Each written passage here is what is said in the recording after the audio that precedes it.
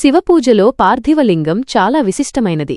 దీనిని తడిమట్టితో తాత్కాలికంగా తయారుచేసి పూజ ముగిసిన తర్వాత నీటిలో నిమజ్జనం చేస్తారు.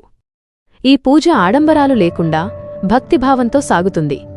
పూర్వం ఒక పేద బ్రాహ్మణుడు ఉండేవాడు.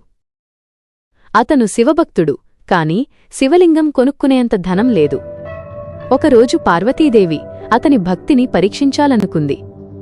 ఆ రోజు ఆ బ్రాహ్మణుడు పూజ కోసం శివలింగం కొనేందుకు ఊరు వెళ్లాడు. కాని దారిలో దొంగలు అతని డబ్బును దోచుకున్నారు. నిరాశతో ఇంటికి తిరిగి వస్తుండగా వర్షం మొదలైంది. ఒక చెట్టు కింద తలదాచుకున్నాడు. ఆ సమయంలో అతను తడిమట్టితో శివలింగాన్ని చేసి పూజ చేయాలని నిర్ణయించుకున్నాడు. పూజకు కావలసినవి ఏమీ లేవు. అప్పుడక్కడ పువ్వులు, బిల్వ ఆకులు దొరికాయి. వాటితో శివలింగాన్ని అలంకరించాడు. భక్తి శ్రద్ధలతో రుద్రాభిషేకం చేశాడు. అతని భక్తికి మెచ్చి పార్వతీదేవి ప్రత్యక్షమైంది. నీ భక్తిని పరీక్షించాలనుకున్నాను. పార్థివలింగం పూజలో ఉన్న నీ భక్తి గొప్పది అని ప్రశంసించింది. ఆ తర్వాత ఆమె అతనికి అక్షయపాత్రను ఇచ్చింది. దానితో అతను ఎప్పటికీ పేదరికంలో ఉండడు. అప్పటినుండి పార్థివలింగం పూజ ప్రాముఖ్యత పెరిగింది.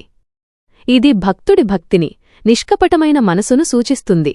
భగవంతుడికి కావలసింది మన సంపద కాదు, మన భక్తి మాత్రమే అని ఈ కథ మనకు నేర్పుతుంది. పార్థివలింగం పూజ చేయడం ద్వారా మన పాపాలు తొలగిపోతాయని నమ్ముతారు.